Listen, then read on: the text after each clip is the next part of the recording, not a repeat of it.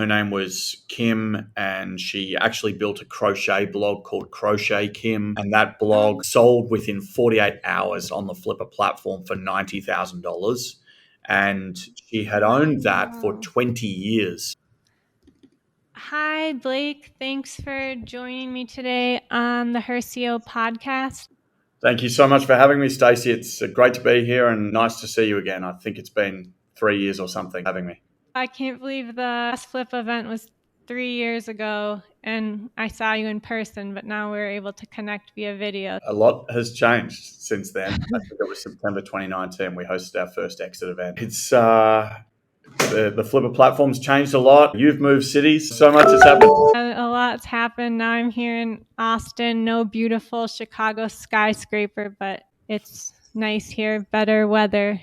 Yeah, a lot better there. I was in Austin a couple of weeks ago and I was about to say 40 degrees Celsius, which no one would understand. So let's go with like 100. Only know Fahrenheit. I think it was pretty nice. Just give a quick introduction about who you are and what you do at Flippa. Absolutely. Again, thanks for having me. Obviously, my name's Blake. I'm the CEO here at Flippa.com. For those of you who are less familiar with Flippa, we are a marketplace to buy and sell online businesses. We combine advisory, individuals, experts all over the world with a platform that enables people to get matched up to relevant buyers, find the listings and the assets that they might be interested in, as well as utilize services like embedded letters of intent and legal services, due diligence, integrated data sources, and those types of things. Flippa's changed a lot. We've evolved a lot. We've been around for 13 years. Many people credit us with starting or inventing the space. We're doing better than ever before, and I've got the lucky privilege of leading a global team based in Melbourne, Australia, Austin, Texas, and we're growing a good team out of the UK and Europe right now as well. So it's super exciting. And I love hearing how Flip has changed. I remember when I first went on Flippa 7 years ago, you didn't have anything such as the legal help or the embedded stats, and just you guys have grown so much. It's been a really important evolution, Stacey. You've written a great article about you buying some of your first sites on Flippa and got there in the end. It was a bit of a challenge to begin with because we didn't necessarily have all of the support and services that we do now. So people like you were left to fend for yourself, and you're smart and capable. You eventually get there like you have done, but it's critical that as more people look at buying online businesses, sites, stores, and apps as an asset class, as somewhere where they invest their money and look to generate an income, it's important that we evolve as a platform and give the requisite services. What we've done is we've added lots of data integrations. The assets can now connect to the data sources and we can expose that objective information on an asset. That includes Shopify and Stripe. That includes WooCommerce, AdSense, Google Analytics. We've got the SEMrush module on every listing now, so you can see how it trends from a domain authority standpoint.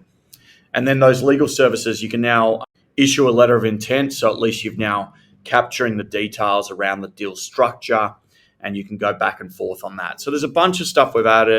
We've been lucky to have great people like you on the platform who have been able to provide a feedback loop for us, and that's really, really critical. There's a lot more support now on the platform, and you're not just floundering around without that type of help.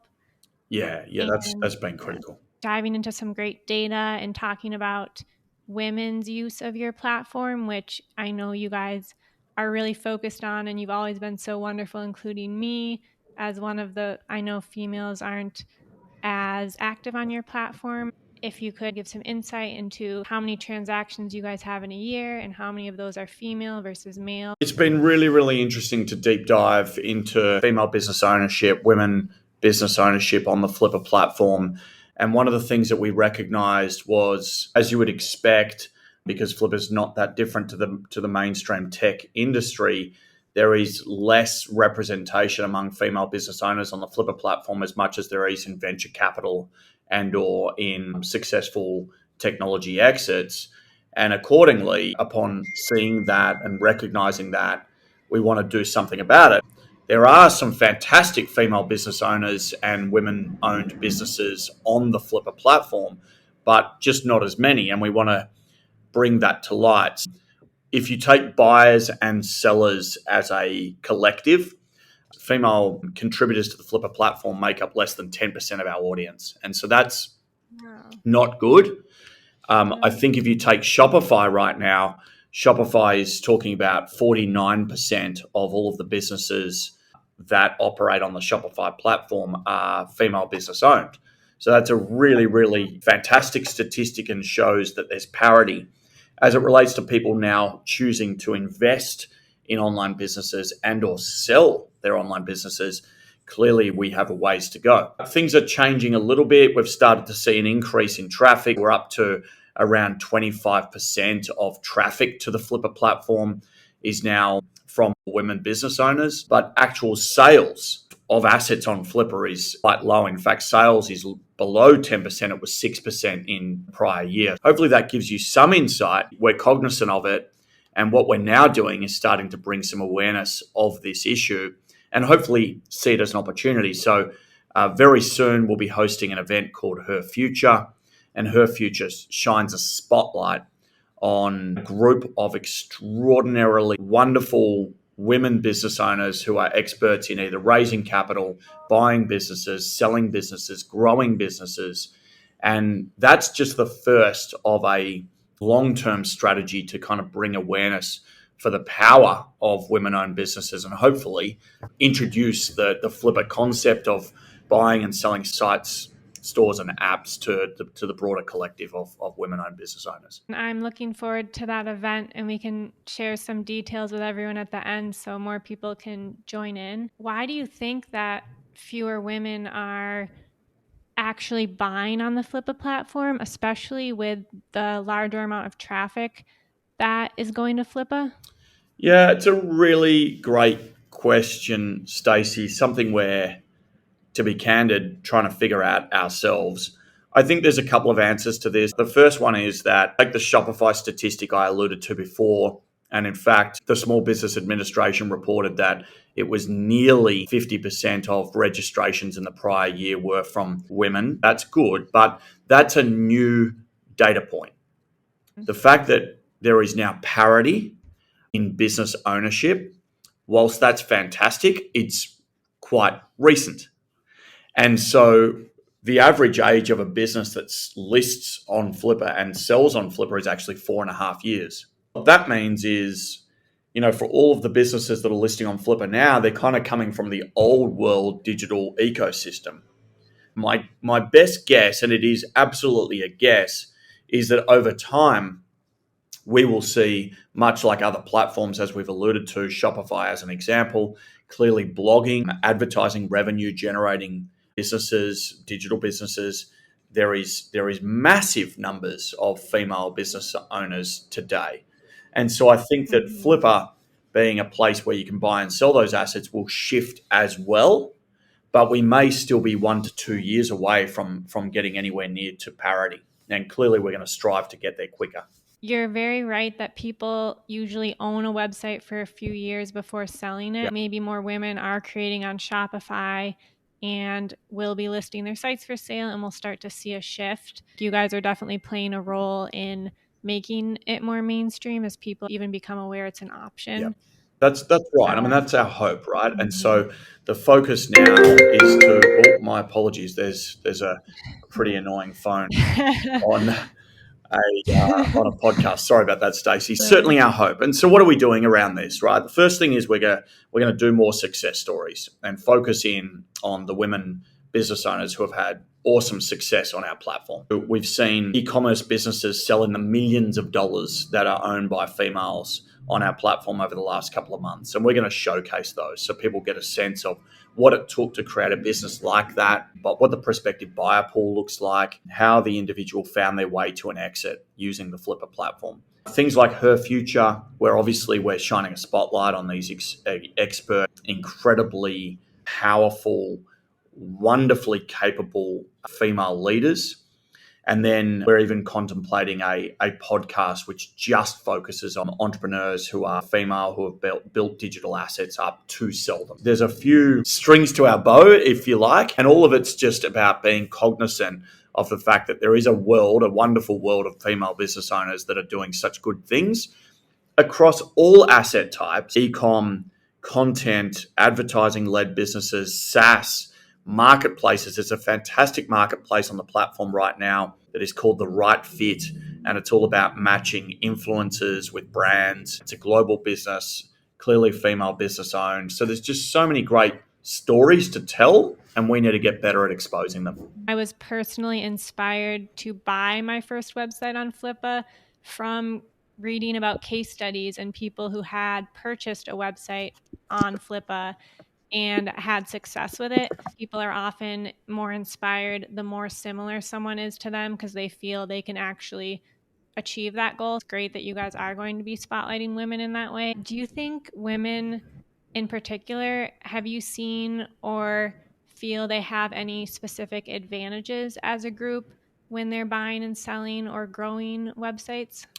Yeah, that's a really good question. There's a couple of things. I think that women buyers are a little more constructive in their approach to negotiation. And I think that that sets them apart. And what do I mean by that? What I mean by that is they tend to introduce themselves and tell the story of themselves and why they are interested. And that counts for a lot because business owners want to know who they're selling to. The second thing that they do really well is, I'm generalizing here, but it's what we see on the platform. They're quite detailed in their ask around what they want to see from the business before they make an informed decision. And that's, again, I will state it's a gross generalization, but we talk about it a little bit and we see it quite a lot. As it relates to selling, there's a category of business and a theme that female business owners will tend to follow. And again, I'm generalizing. But for instance, we often see really great content sites run by women. Now, is that because historically women have invested in blogs and liked that as a business model? Is it because the certain topics and or genres and or categories make sense from an advertising and trending keyword standpoint? It's hard to know. I wouldn't necessarily say it's an advantage, but when we see a women-owned business list on the platform, it tends to sell through a little quicker. I don't really have an objective statement as to the why. We certainly talk about the fact that whenever a female business owner lists on the platform, that the listing does stand out really well, it presents well, and the communication is really, really fluid. We've actually spotlighted those listings from time to time so that we can help our account managers and our advisors and other business owners see what they're doing to try and use that across the entire platform. I know when I was when talking to people on the platform, I did always like to get more information. A great hallmark of a good site is always the content. Yep. That makes sense to me that women would invest more time if it's a hobby site or something they made. I know it's just a generalization, but I love hearing your insights there. Do you have any women in particular that you've seen a life-changing experience, and not including my story, but anything you want to share? There's lots of stories. For example, we had a blog owner. Her name was Kim, and she actually built a crochet blog called Crochet Kim. And that blog sold within 48 hours on the Flippa platform for $90,000. And she had owned that for 20 years. One of the things that we love to see here at Flippa is when that moment, that exit becomes real, that money changes hands, an asset which has been so very much loved for so long and has been invested into, finds its way into the hands of another passionate business owner. That individual, Kim, who owns Crochet Kim, she was ecstatic. She was delighted. She was retiring. And so to get $90,000 into your bank account just as you're about to go into retirement is clearly really, really great. They're the types of stories that I love. I also heard a story not that long ago, and for those interested, you can check out the Humans of Flippa section of our blog. On Humans of Flippa, there's a story with an individual called Karen Boyer. Karen's really, really interesting. She was a police officer in Florida. She didn't necessarily want to do that as a career and a profession anymore. And so she went to Barnes & Noble or Borders. I think it was Barnes & Noble. This is a long time ago. And she bought How to Build a Website for Dummies. and which I can't believe exists as a book, but anyway, it did back then. And she set up an online business called Digital Med Certs, and essentially enabled you to get medical certification. So it was a content website, and the mechanism to get people engaged was certifications. She replaced her income within 12 months building and running that site. She then ran that for, I can't remember exactly, Stacey, but I think it was in excess of a decade, so 10 years. And she then sold that for a couple of $100,000 on the Flippa platform.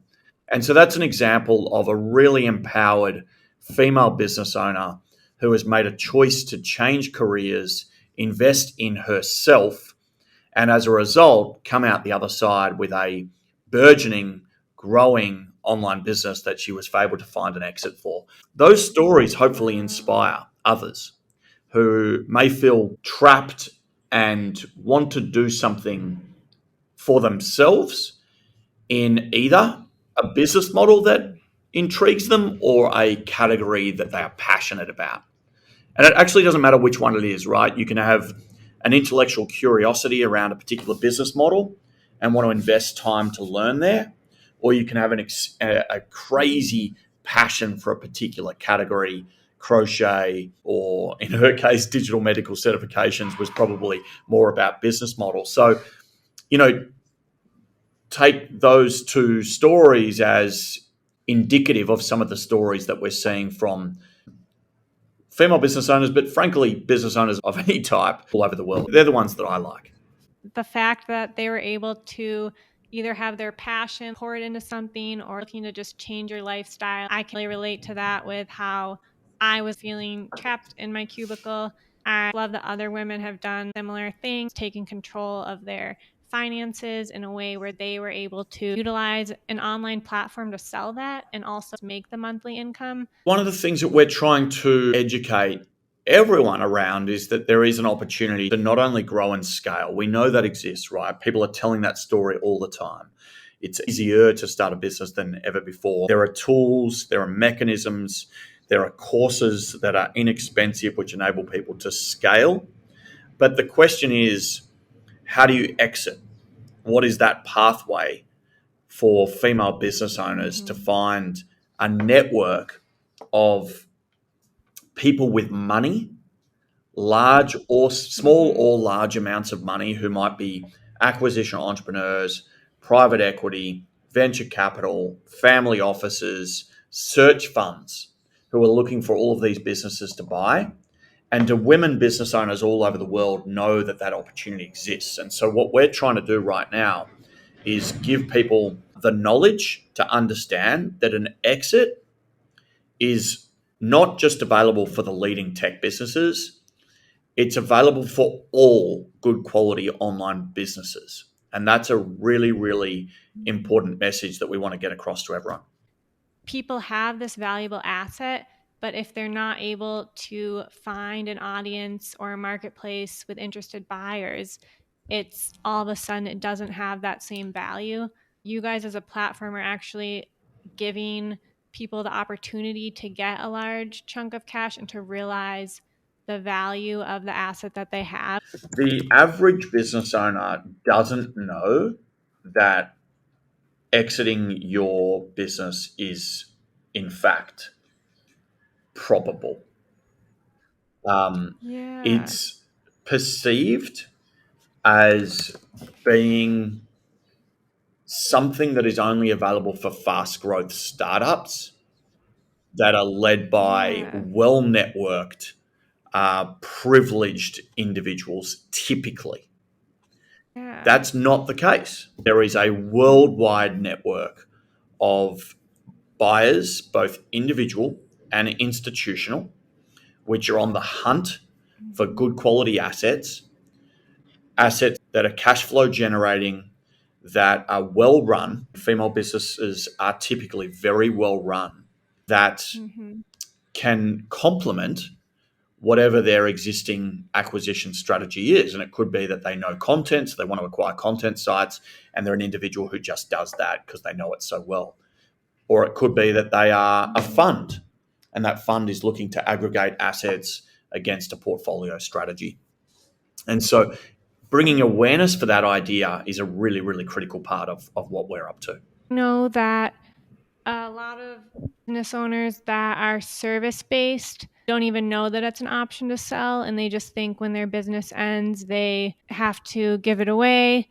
There are just so many different business types where you guys allow everyone an opportunity, and you're really equalizing that for all business owners, which is really bringing equality to all different types of people, giving opportunity to every business owner to actually realize more immediate value and cash if they do decide to sell, which is a really important part of the business ecosystem. That's right, Stacey. And I must apologise. It looks like there's some construction going on, and it's probably and hopefully not ruining the listening experience for everyone. It looks like there's some construction. So my apologies. But the point you just made, I think you used the term equalizing. We use a similar term. We talk about democratizing the exit, making it available to every business owner globally who has a strong cash flow generating business. There's an exit opportunity for you. You guys are making it available to everyone. I know you have some other appointments today. I want to just wrap up with a little bit more about Her.Future details. Anything else you think people should know about Flippa? Thank you so much again, Stacey. For everyone who is interested, on October the 18th at 11 a.m. US Central Time, 12 p.m. US Eastern Time, we are hosting Flippa's first ever female business, women in business centric summit. It's called Her.Future 2022. That's Her.Future 2022. It's free. It's virtual.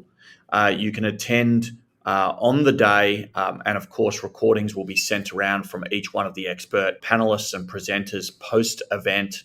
The event includes some wonderful speakers. We have 3 expert speakers, including people like Cheryl Conti, who will talk about how to achieve startup success. Cheryl takes listeners through her entrepreneurial journey. She'll share some practical insights.